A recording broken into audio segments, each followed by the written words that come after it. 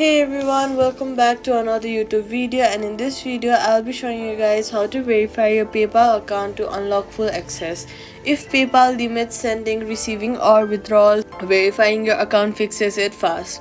First, open the PayPal app on your phone and then sign in or log in. After you guys are logged in, what you're gonna do is tap your profile on the top right, go to settings and then go to account verification or verify identity, and then confirm your email, go to email and then tap on verified email and open the verification message. After that, tap the link, add and confirm a card if required, and complete identity verification. Go to verify identity, upload a photo or of your government ID, passport, driver license, and a selfie when asked. Make sure photos are clear and well lit. Verify your phone number in settings. Phone, enter the SMS code sent to you.